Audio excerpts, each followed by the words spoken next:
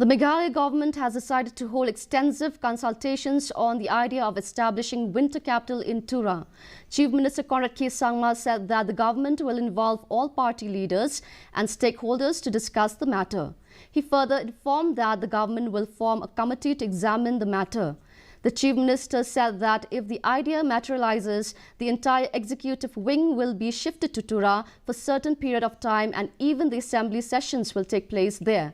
The issue was also discussed in the Assembly on Thursday when the Leader of Opposition Mukul Sangma moved a resolution in the House. Even though the resolution was withdrawn, which we requested, of course, and we will go ahead with the constitution of a committee.